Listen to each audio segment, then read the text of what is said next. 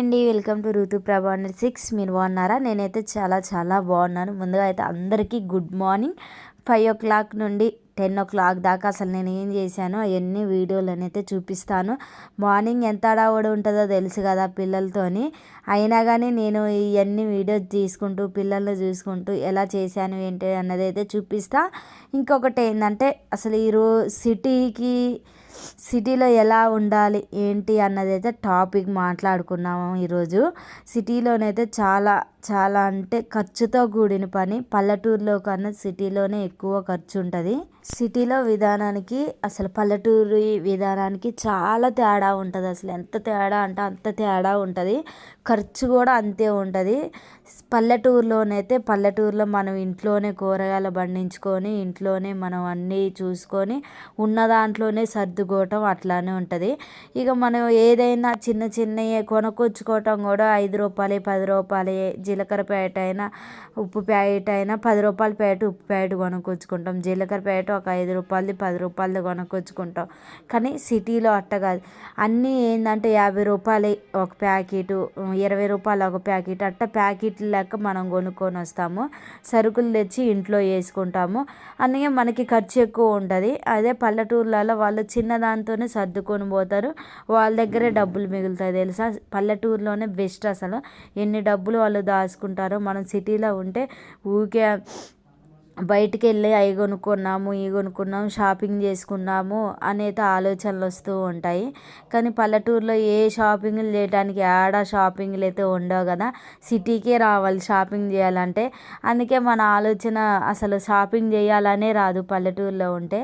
సిటీలో ఉన్నామనుకో ఏం కొనుక్కొచ్చుకున్నావా, ఏ బట్టలు లేవు, ఏం కొనుక్కొచ్చుకున్నావా, ఏ పనిముట్లు లేవో చూసి తెచ్చుకున్నామా అన్న ఆలోచన అయితే వస్తూ ఉంటుంది. పల్లెటూరులో మనం ఒక 10 రూపాయలు పాలు తీసుకొని వచ్చి టీ పెట్టుకొని అలా సగం టీ పెడతాం, సగం పిల్లలు ఉంటే కాగబెట్టుకుంటాం వాటర్ కలిపి. మళ్ళీ చిక్కగా ఉంటాయి. మళ్ళీ అదేంటంటే సిటీలో అట్లా కాదు. 60 రూపాయల ప్యాకెట్ కొనుక్కొని వచ్చి ఆ ప్యాకెట్లో మనం పెరుగు తోడేసుకొని తర్వాత పిల్లలకు కాగబెట్టుకొని మనం టీ పెట్టుకొని అట్లా 3 రకాలుగా చేసుకుంటాం. దానికి దీనికి తేడా ఇది. ఇంకోటి చెప్పాలంటే సిటీలోనైతే మనకి కావాల్సిన పదార్థాలు అసలు ఏమైనా దొరకవు. స్నాక్స్ గిట్లా ఏమి దొరకవు. ఇక్కడ మనమైతే గప్చీపులు తింటాము, టిఫిన్స్ తెచ్చుకుంటాము. మళ్ళీ మనకి ఏమైనా కావాలంటే పొద్దున్నే వెళ్ళి మార్కెట్కి వెళ్ళి కొనుక్కొచ్చుకుంటాము. అట్లా ఉంటుంది. కానీ పల్లెటూరులో అట్ట కాదు. టిఫిన్స్ ఉండవు, ఏముండవు. ఇంట్లో వాళ్ళే టిఫిన్ తయారు చేసుకొని తింటారు. మళ్ళీ కూరగాయలు తెచ్చుకోవాలన్నా కానీ ఇంట్లోనే పండించుకొని మరి అయ్యే వాడుకుంటారు. కొనుక్కొచ్చుకొని ఈ 2 విధాలకు కొనుక్కొచ్చుకోరు కదండి. అదే మనమైతే బయటికి వెళ్ళి మన షాపింగ్కి వెళ్ళి మార్కెట్కి వెళ్ళి అట్లా కొనుక్కొచ్చుకోవటం చేస్తూ ఉంటాం. అక్కడ ఒక ఖర్చు మనకి పెరిగిద్ది, వాళ్ళకేమో తగ్గిద్ది కదా సిటీలో ఉన్న విధానికి. ఎప్పుడైనా పల్లెటూరికే అలవాటు పడాలి కానీ సిటీకి తక్కువ అలవాటు పడాలి. ఎందుకు మన ఖర్చు తగ్గిద్ది, మనం డబ్బు దాచుకోవటానికి అయినా కానీ పల్లెటూరులోనే. సిటీలోనే అయితే అస్సలు కుదరదు. ఎందుకంటున్నారా, సిటీలోనే మనం రెంటులు కట్టుకోవాలి, రెంట్ ఖచ్చితంగా కట్టుకోవాలి. అదే పల్లెటూరులో మనకి ఓన్ హౌస్ ఉంటుంది, అక్కడే ఉండొచ్చు. రెంట్ కట్టుకోవాలి, కరెంటు బిల్లు కట్టుకోవాలి, పిల్లల ఫీజులు కట్టుకోవాలి. పిల్లల ఫీజులు మనం అక్కడైతే పల్లెటూరులోనైతే మనం గవర్నమెంట్ స్కూల్లోనైతే చదివిస్తూ ఉంటాము. అదే సిటీలోనైతే మంచిగా రిచ్గా ఉండాలి, పిల్లలు మంచిగా చదువుకోవాలి, ఇంగ్లీష్ మీడియం రావాలని ప్రైవేట్ స్కూళ్ళల్లో వేస్తాం. అట్లా ఖర్చు అయ్యేది కదా. యూనిఫామ్లు కొంటాము, మళ్ళీ వాళ్ళకి ఫీజులు కట్టుకోవటం, బుక్స్ కొంటాము, చాలా ఖర్చు అయిపోయింది. ఇట్లా మళ్ళీ బస్సు పెట్టుకుంటాం మనం. అదే అక్కడైతే నడిచే వెళ్తారు. అక్కడ కూడా ఒక 10,000 అయితే మనకు మిగులుతాయి కదా. అట్లా సేవ్ చేసుకునే విధానంలో ఉంటుంది. చాలా అంటే చాలా తేడా అనిపించింది నాకు. ఒక్కోసారి నేనే ఆలోచిస్తాను, అమ్మ పల్లెటూరులో ఇంత సేఫ్టీ ఉంటుందా, ఇక్కడైతే డబ్బులు మనం దాచుకోలేము, డబ్బులు ఖర్చు అయిపోతే దాచే విధానం ఉండదు. మనం ఒక జాబ్ చేసినా కానీ ఒక 40,000 50,000 వచ్చినా కానీ దేనికి దానికే సపరేట్గా అవపడుతూనే ఉంటాయి. 10,000 కరెంటు బిల్లు అయితే, 10,000 ఇంటి కిరాయి అయితే, మళ్ళీ సరుకులు తెచ్చుకుంటే ఒక 5,000 కావటము, మళ్ళీ బట్టలు కొనుక్కున్నప్పుడు అవుతూ ఉంటాయి. బియ్యం కొనుక్కొచ్చుకోవాలి. బియ్యం కూడా మనం మన ఊర్లోనైతే పండించుకుంటాము. ఇక్కడైతే మనం కొనుక్కొచ్చుకొని వండుకొని తింటూ ఉండాలి. అదే అక్కడ అనుకో పండించుకొని మనం ఒడ్లు పట్టించుకొని అయ్యే బియ్యం తింటాం కదా, అక్కడ కూడా మనకి సేఫ్టీయే ఉంటుంది కదా. నాకు ఒక్కోసారి నేను చాలా విధాలుగా ఆలోచిస్తాను, సిటీలోని ఎంత ఖర్చు అసలు ఏంది, అసలు ఇక్కడ ఉంటాం కానీ అక్కడ ఉంటేనే నయం కదా, చాలా డబ్బులు మనకు మిగులుతాయి కదా, ఇక్కడ ఉంటే ఏం డబ్బులు మిగులుతాయి, ఇక్కడ అన్నీ ఖర్చు అయిపోతాయి, మనం దాచిన దాంట్లో కూడా మనకైతే ఏం మిగలవు. అసలు మనం దాస్తాము ఆడవాళ్ళు అని అనుకుంటాం కానీ కొత్తగా ఏవి అవపడితే అవి కొనుక్కొచ్చుకుంటాం, ఎందుకంటే సిటీలో ఉంటాం అన్నీ దొరుకుతాయి మనవి, అందుకే ఇక్కడైతే అన్నీ కొనుక్కొచ్చుకుంటూ ఉంటాం. అదే సిటీలో పల్లెటూరులో అనుకో అసలు ఏమీ దొరకవు, మనం కొనుక్కొచ్చుకున్నామన్నా కానీ ఆడ ఏమీ దొరకవు కూడా, ఉండవు, షాపులు కూడా ఉండవు అసలు అక్కడ. అందుకే మనం ఏదైనా కానీ ఖర్చు తగ్గిద్ది అనిపించిద్ది నాకైతే. అక్కడ ఆలోచించే విధానానికి ఇక్కడ ఆలోచించే విధానానికి చాలా అంటే చాలా తేడా ఉంటుంది అసలు. ఎవరి దాకో ఎందుకు పోవాలి, చూస్తున్నారు కదా, నేను చూడండి డబ్బులు ఎట్ట ఖర్చు పెడుతున్నాను. నాకు ఇలాంటి గిన్నెలు ఉన్నాయి, అయినా కానీ కొత్త ఇంకా కావాలని ఆశతో ఇంటి ముందుకు వచ్చినాయిగా తీసుకుందామని అయితే తీసుకుంటాను. అదే పల్లెటూరులో అంటే మన ఇంటి ముందుకు కూడా ఏమి రావు, ఒక గిన్నెలు అమ్మే వాళ్ళు రారు, బట్టలు అమ్మే వాళ్ళు రారు, ఎవ్వరు రారు. దేనికైనా కానీ మనకు ఎంత అర్జెంట్ అయినా కానీ మనం సిటీకే వచ్చి ఆడ దగ్గర పట్ల ఏముంటుందో అక్కడ షాప్ కాడికి అయితే వెళ్ళి మనం కొనుక్కొచ్చుకుంటాం. పల్లెటూరులో అయితే అట్ట అస్సలైతే ఉండదు. ఇక ఈరోజైతే నేను ఈ గిన్నెలు అయితే 700 అయితే అయినాయి, ఈ సెట్ అయితే తీసుకున్నాను. ఈ విషయం మీతో చెప్దామని, అసలు ఈ టాపిక్ మొత్తంగా మాట్లాడింది కాబట్టి వీటి గురించే. నాకు ఏంటంటే సిటీలో ఉంటున్నాను కదా, ఈ దగ్గర పట్ల వస్తున్నాను, ఇవన్నీ అయితే కొనుక్కున్నాను. ఏం కొనుక్కున్నాను ఏంటి అన్నది కూడా చూపిస్తాను. ఇగో ఈ గిన్నెలు అయితే 6 సెట్లు వచ్చాయి, 6 తీసుకున్నాను నేను. 6 ప్లేట్స్ కూడా వాటిపైన మంచిగా సిబ్రేక్స్ కూడా వచ్చినాయి, మంచిగా ఉన్నాయి. నేను ఫస్ట్ తీసుకున్న గిన్నెకి ఈ గిన్నెకి చాలా తేడా ఉన్నాయి. సిబ్రేకులు కూడా నేను ఫస్ట్ తీసుకున్న వాటికి గట్టిగా మంచిగా ఉన్నాయి, సెకండ్ తీసుకున్న వాటికి కొద్దిగా పలసగా అనిపించాయి నాకు.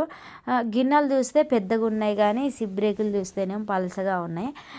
ఇక మళ్ళీ తీసుకోవాలా వద్దా అని ఆలోచించుకొని మళ్ళీ అనుకున్నాను, అవి అయిపోతూనే ఉన్నాయి, మళ్ళీ అన్నిటికీ అవసరం పడతా ఉంటాయని మళ్ళీ ఇంకొక సెట్ అయితే తీసుకున్నాను. అట్లానే ఇక చిన్నవి చూశారు కదా, ఇంగాలు చిన్న ఎంత ఉన్నాయి, చిన్న సిబ్రేక్ లాంటివి అవి అయితే తీసుకున్నాను. అవి కూడా ఇవి కూడా తీసుకున్నాను. తర్వాత మొన్న ఒక రోజు కూడా పప్పు కుక్కర్ కూడా షార్ట్ వీడియో, ఫుల్ వీడియోలో చూపించాను లేదు నాకైతే గుర్తులేదు, షార్ట్ వీడియోలోనైతే కంపల్సరీగా అయితే చూపించాను. అదొకటైతే తీసుకున్నాను. ఏంటంటే సిటీలో ఉంటున్నాను కదా, ఏది దొరికితే అదే, ఏది అవపడితే అదే కొనుక్కోవటం జరుగుతుంది. అక్కడైతే బిస్కెట్లు 2 రూపాయల బిస్కెట్ ప్యాకెట్లు ఉంటాయి పల్లెటూర్లలో. ఇక్కడ అనుకో 2 రూపాయలు కదా, 5 రూపాయల బిస్కెట్ ప్యాకెట్లు అయితేనే ఉంటాయి. 10 రూపాయల 2 రూపాయల బిస్కెట్ ప్యాకెట్ ఎంత అడిగినా కూడా ఉండవు. మిక్చర్ ప్యాకెట్లు, శనగలు ఇవన్నీ కూడా ప్యాకింగ్లు చేసి 5 రూపాయల లెక్క అమ్ముతూ ఉంటారు పల్లెటూరులో. సిటీలోనైతే అవి అయితే ఇక 60 రూపాయలు, 30 రూపాయలు, 70 రూపాయలు దాకా ఉంటాయి రేట్లు. అంత రేటు పెట్టయితే నేనైతే కొనుక్కొస్తున్నాను కాబట్టి ఇంత గ్యారంటీగా నేను చెప్పగలుగుతున్నాను. ఇక నేను పని చేసుకుంటూ ఏం మాట్లాడుతున్నానో ఇవన్నీ అయితే సిటీలో ఉండే విధానానికి పల్లెటూరులో ఉండే విధానానికి అయితే ఇది ఉంటుంది. వీడియోస్ తీసేటప్పుడు కూడా పల్లెటూరులోని ఫోక్స్ ఎక్కువను, అసలు ఎంత బాగుంటుందో, పచ్చగా వాతావరణం ఎంత బాగుంటుందో. కానీ సిటీలో వీడియో తీస్తుంటే నాకు అనిపించింది ఇట్లైనా అసలు తీసేది అనిపించేది. పల్లెటూరులో మనం 5ంటికి 4ంటికి లేచి వాకిలుకి కలేబి జల్లి ముగ్గులేస్తాం. సిటీలో అట్ట కాదు, ఉత్తి నీళ్ళు చల్లుతాం. నీళ్ళు కూడా చల్లుతామో లేదో మామూలుగా ఊడ్చేస్తాం.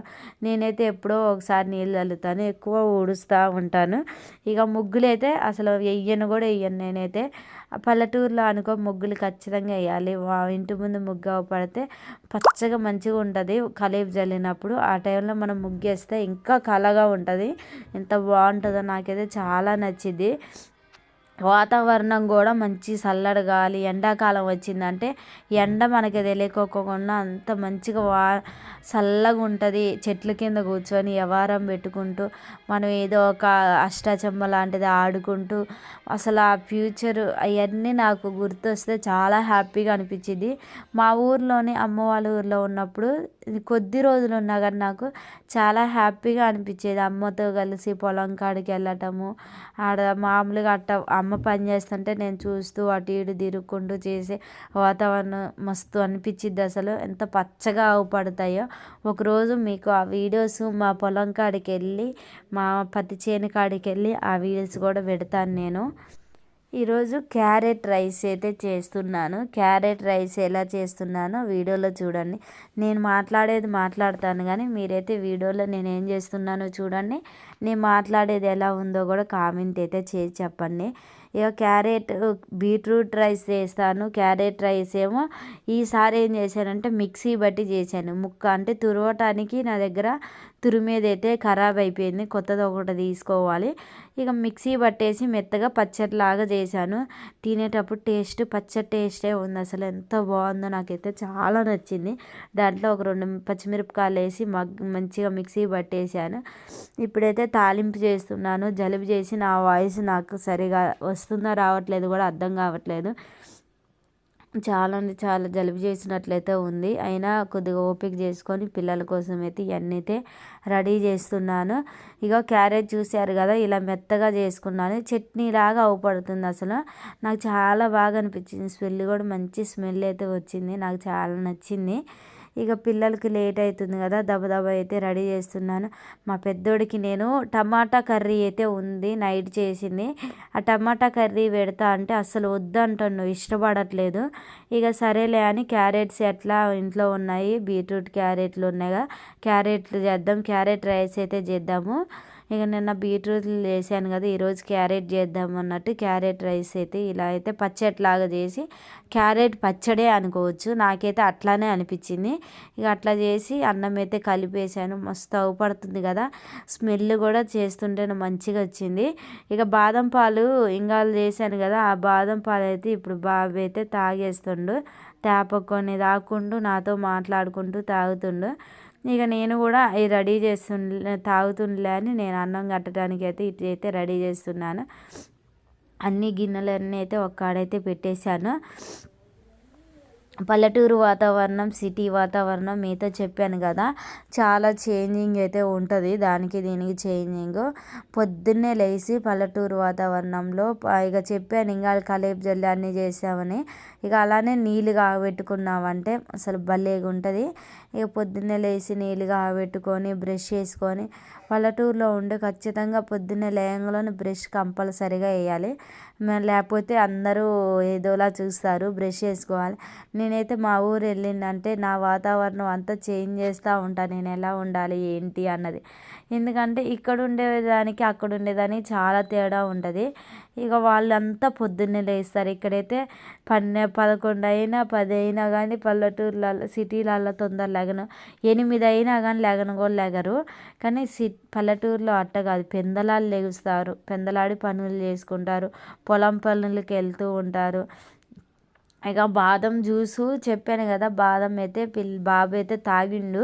పిల్లలు తాగిన తర్వాత, 3 పిల్లలు తాగిన తర్వాత ఆ మిగిలినవి నేను ఏం చేశాను, ఐస్ క్రీమ్ లాగా ఇప్పుడు పెడితే సాయంత్రానికి వాళ్ళకి ఈవినింగ్ స్నాక్స్ లాగా ఐస్ క్రీమ్ ఇవ్వచ్చు అన్నట్టు ఫ్రిడ్జ్లోనైతే ఇక నా కాడ పుల్లలు అయితే ఉన్నాయి, పుల్లలతో రెడీ చేసి పెట్టాను. ఇక బాబు అయితే కర్రీ చెయ్యి, ఏదో ఒకటి చెయ్యాలి, నేనైతే ఇక ఏం తిన్ను, టమాటా కర్రీ అయితే తిన్ను చెయ్యి నాకంటే. ఇక నేను ఆలుగడ్డలు ఉండేసరికి దబా అప్పటికప్పుడే కట్ చేసి అయితే చేశాను. మా వీడియో నచ్చినట్టయితే లైక్ చేయండి, షేర్ చేయండి, సబ్స్క్రైబ్ చేసుకోండి. బాయ్.